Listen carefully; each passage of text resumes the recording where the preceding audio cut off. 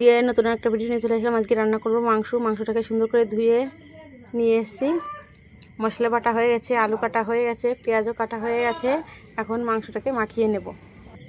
লবণ, হলুদ, ধনে, আদা, রসুন সব শুকনো লঙ্কা একসঙ্গে বেটে নিয়েছি।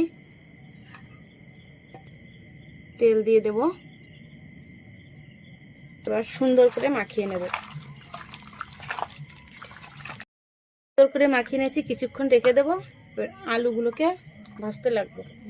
গরম হয়ে গেছে, মাংসটা দিয়ে দেবো। হয়ে গেছে, আলুগুলোকে দিয়ে দেবো।